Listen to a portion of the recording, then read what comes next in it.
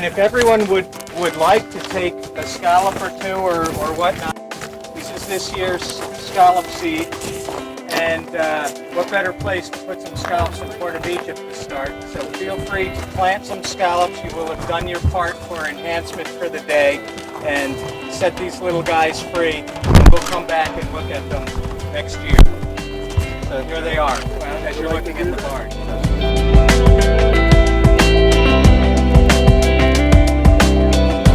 They're walking along.